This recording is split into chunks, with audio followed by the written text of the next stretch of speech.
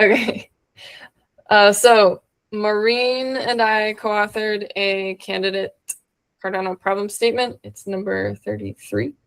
And it is, as just a reminder, the problem statements are steering clear of solutions, and they're just trying to frame what the problem is and formally acknowledge it. And then when SIPs are drafted, they're attached to the problem statements. And the idea is that we're not just coming up with solutions to things, we're coming up with solutions to problems. So that's just in case people weren't familiar with how that's supposed to work. And so this is formally like recognizing DRep voting power concentration as a problem. It's not a problem unique to Cardano. Any stake-weighted voting system has this problem, and so we can see how it's played out in other ecosystems. So most examples of DAOs who have used this voting model in the past, after a couple of years, and even some of them pretty close after launch, tend towards only a few and very large voters sticking around in the system. And that's something that this problem statement is essentially suggesting that we don't want. And we've got lots of evidence from the community that that's not really what they want either. So we wrote the CPS to frame the problem out. I'm going to park on this nice notebook LM graphic that summarized the CPS, but I'm going to kind of talk through it bit by bit. So you can use the visual to help, and I'll talk through the chunks. So essentially, in Cardano, right now, our voting power is still distributed, but after measuring the first year of data, we see that it is slowly moving towards power concentration. There's a couple of reasons why. One, we would expect this early on because people were really enthusiastic when governance features first went live.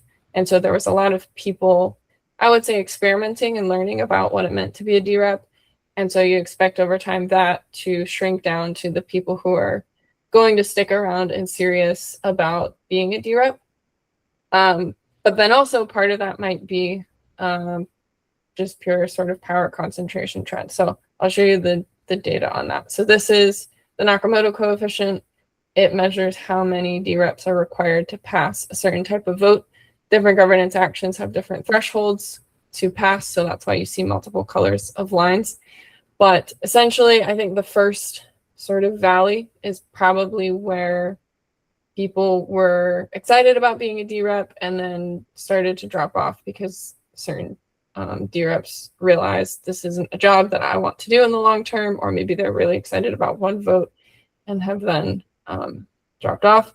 Then there's an increase in the population again, and since that peak, about a third of the way through the graph, it is in, like I said, a slow, but it is in decline. So that just means fewer DReps to pass a governance action means a smaller group of people kind of determining the decisions in Cardano. So right now, again, I would certainly not characterize this as a problem, but it's something where if it's not given active attention to be fixed or to be watched and nudged in the direction of stabilization, then it could become a problem that people are very unhappy about, and it gets harder to solve. So I'm going to go back here. So it gets harder to solve as you go, because if you have big DReps who've gained a lot of power and they like that power, they don't have a real incentive to vote to change that structure. And we need them to agree to hard forks. For example, if we would need a ledger change to add new features that change the situation. So that's also why we drafted the CPS now, because not that it's a runaway problem now, but that it's a good window of opportunity to actually address it. My personal feeling is we have DReps that are good faith in the system. Even our large DReps, they all have the interests of Cardano as an ecosystem in mind, and they're not really all like driving towards their own personal interests. So that makes me feel like it's a window of opportunity where you could get a sensible solution agreed by that DRep cohort if we can find a good sensible solution. So at the current state, there's no ledger rules that place an upper bound on the size of a DRep. So this connects in a bit to the incentives as well. So we hope that this CPS, the solutions are considered along with CPS 20, which is the one on governance actor compensation. Because, for example, if you were to put in place right now compensation for mid-sized DReps, our largest DReps in the system don't have a way to shrink themselves or to put a cap, a new DRep to put a cap on how much power they would like to have. So the best they can do is say socially, I don't want to be any bigger than this size, or to basically retire and start again if they get too big. And retiring and starting again and social like proclamations of how big you want to be, neither of those are incredibly effective to probably keep a DRep at a certain size. Also, we talk about why is concentration harmful, and acknowledge that it's not always harmful. Some of it is certainly people reflecting their preference for high quality DReps, and so some of those are larger because more and more people think that they are a good choice. That's a positive thing. It's also a positive thing not to have fully decentralized equivalent DReps across all ADA just because it's too much decision making, in that if somebody is looking for a representative, at some point there's too many options for them to evaluate and that gets overwhelming. We probably actually have that scenario now with about 1,000 DReps to pick from. It's a lot of, we don't really have good tooling that helps people see how DReps have voted beyond kind of their DRep profile. So it is more overhead as a delegator to decide which DRep if you've got too many options. So that's just to say concentration isn't really always harmful. It's too much concentration that's harmful. So that's when either you've got a really small number of individuals who can make all the decisions, or when you have a very large new actor who has some sort of malicious intent that is not in the best interest of the ecosystem, comes into the system and starts blocking votes or making decisions more or less unilaterally. In terms of the level of interest in the community from the Beyond Minimum Viable Governance project, this was the top community governance concern. And there's been a lot of historical conversations about how to solve the problem. People have talked about saturation points, power caps, quadratic voting, delegation redistribution mechanisms, and more. We did a survey. I know this working group did this for compensation. We did a survey of like the conversations in the community and tried to gather in one document all the things that have been discussed so far about this problem. So I'll share that as well. Let me share that link now so I don't forget.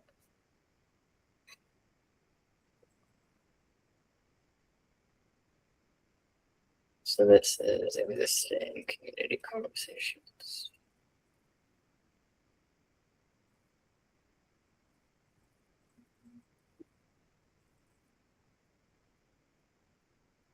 So that fed into the problem statement. And then essentially the core of the problem statement being posed is how, if at all, can a stake-weighted governance system manage power concentration without relying on identity and without compromising the skin in the game benefit of stake-weighted voting.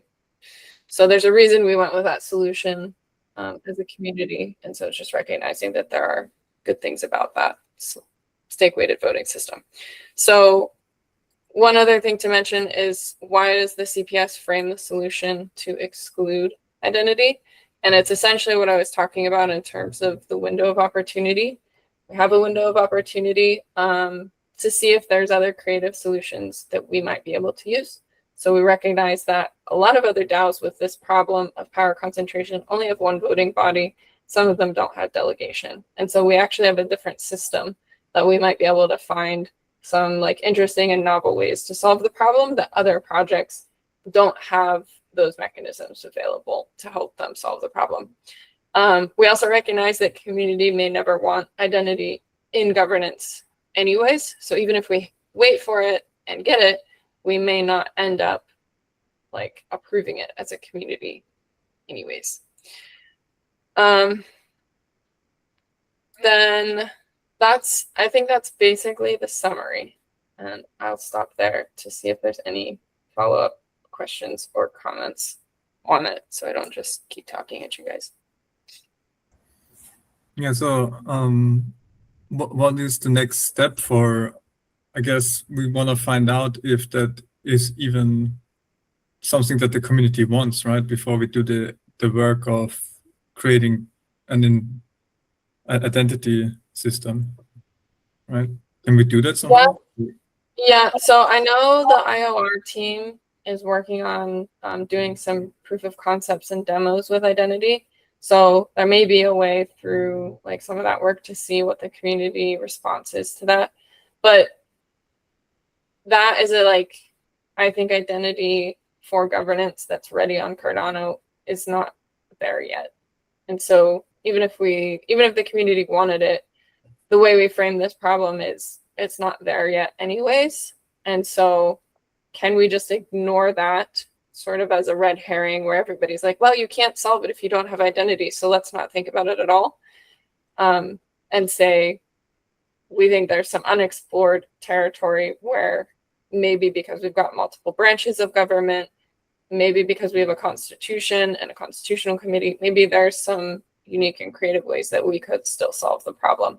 Maybe it's things like adding friction in the system where it becomes more expensive to have multiple DRep identities, even though you don't actually have an identity. So make civil attacks just more expensive. Maybe zero knowledge technology could be a solution that is not conventionally think of when you're thinking about identity. And yeah, so that's the idea. Is like, I'm not sure how much people are thinking about this outside of the identity space, and can we frame the problem and start to see if we can come up with a solution in the near term that could work. So yeah, I haven't seen others talking about that as an option, but zero knowledge proofs certainly could be another option. Yeah, I mean, or Midnight. I think Midnight is using zero knowledge proofs, right? Yeah. For the privacy features.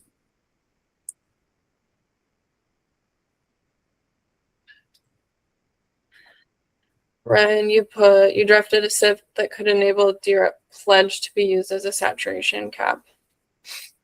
Either a hard. That's what I. So that's what I had in mind for it as like one thing. But the SIP is a SIP like this would require 2 hard forks, one to enable people to pledge, and then the next hard fork to actually use it for whatever. So I split the SIP into 2 parts. So this is just the first part, so it doesn't actually say that there's going to be a saturation cap. It leaves that to be determined. But Simon and I last meeting discussed some ideas for this based on how much pledge you have is what your saturation cap is, or you could have it based on incentives. So if you have no saturation cap, but you don't get incentivized if you haven't pledged X. Or even another alternative is if you do delegator incentives, you can have it such a way that your delegators don't get incentivized if you haven't pledged enough, which is to incentivize delegators to look for, I guess, smaller or more decentralized DReps to mitigate concentrations. There's all sorts of different ideas, and I tried to lean away from prescribing any one of them in the SIP, but I did create the mechanism for allowing people to pledge. So that's the intent. That would be like a new mechanism for DReps. Like we don't pledge right now. Yeah. Exactly. Yeah, it's just adding the mechanism, and it's basically just like pools. Okay, so the DRep themselves would pledge a certain amount. And it is liquid too, just like pool pledge wallets. Like how much you declare a certain amount, and as long as you have that much in your wallet, then you're meeting your declared pledge and eligible for whatever we decide. That was the intent of it, anyways. Question then, because we tagged, I want to say SIP 181 as part of the solution in the CPS already. I don't think this was the one that was tagged. So does this one, should it be connected to the CPS as well? Or do you wait for the SIP to actually be accepted to connect it? That was in the discussion, actually. And there's some actually really good feedback in the discussion for it, too, about whether it should be in the form it currently is, or whether it needs to be a whole solution, right? Because I tried to only prescribe half the solution and leave the other end open-ended. So, and there's actually, I think SIP meeting is today, so we'll probably discuss it then and figure out what the best direction for the SIP is. How does the pledge address centralization? There's a couple different ways. So one of them is if you look at the mechanisms for like what might cause concentration. So there's one is of course the wallet's default delegation thing. That would not be having a wallet have to pledge would mitigate that somewhat, because that delegation is not coming from the wallet owner, the provider themselves. It's coming from the people delegating. The influencer effect is another one. If there's a lot of popular influencers, there's not essentially a limit. You could be very popular but not own very much ADA, and that's why you get a lot of delegation. So having some amount of pledge in that ensures that influencers can't go over their amount of skin in the game. There were a couple others. It's in the discussion. I just lost the link though. Examples of how it could help concentration. It's trying to kind of read into what causes concentration. Let's see if I can find it. But that could also be custodians. Custodians is another one. Centralized exchanges are custodians. They being able to pledge like customer ADA would be dubious for a lot of them. We don't see a lot of stake pool custodians pledging customer ADA because of there's the mark set go snapshots that make it difficult to, it makes it less liquid. But it is primarily aimed not necessarily at concentration. It's more aimed at like the stake weighted voting skin in the game that you mentioned. So I kind of break it into three problems. So concentration is one, it's probably the biggest one, and then like having enough skin in the game is one, and then participation is a third. It's maybe a tertiary problem. Because I could see also using pledge minimums as a way to help against like Sybil resistance without identity, because it doesn't matter if you've split your DRep, you still have perhaps a pledge minimum you have to meet, and now it's equally expensive or more expensive to have two than just one. Exactly. Yeah, it's one of the only ways to economically prevent splitting without having identity. And it's the same way that we do it. Well, we attempt to do it with pools if pledge were stronger on the pool side, but we're working on that separately. So. Yeah, I think it helps. I mean, it's not a bulletproof, of course, but we talked about this last time. I feel like DReps do have an incentive to reveal their identity or create an anonymous identity anyway, which also takes time and effort. Yeah, that's been discussed as like maybe we wouldn't even see Sybil attacks anyways, because you have to have that social gathering or social standing and identity. Yeah, tracking delegation is the quality check in itself. Yeah, exactly. Yeah. So maybe we got to the end of time, but I'm curious also what your main focuses are in the working group. And if this fits into what you continuously discuss, or if you're still focused more on compensation, just in terms of trying to figure out how do we actually have some focused brainstorms on like what are some technical solutions with different people as well who've got different skills and understandings of different layers of the stack. Yeah, but so really the focus is getting all the people together who are working on these kinds of problems. And this is absolutely part of it. Yeah. Okay. And, so the way I like to think about it is we all work on the same problem, and we've got to make sure we're working on it together, not like side by side, and you know, not knowing what the other is doing, because we're gonna have a lot of double work, and there's gonna be a lot of good ideas lost maybe. Okay. So yeah, I'm interested in staying like connected to that work. That would be great. Yeah. So hopefully can invite someone every week to present something, and that way we're gonna get a collection of all the different projects and ideas and CPS and everything, and also get the people together who who want to work on this. Good. So unless there's anything else, I think I can stop the recording now. Yeah. Thank you. All right.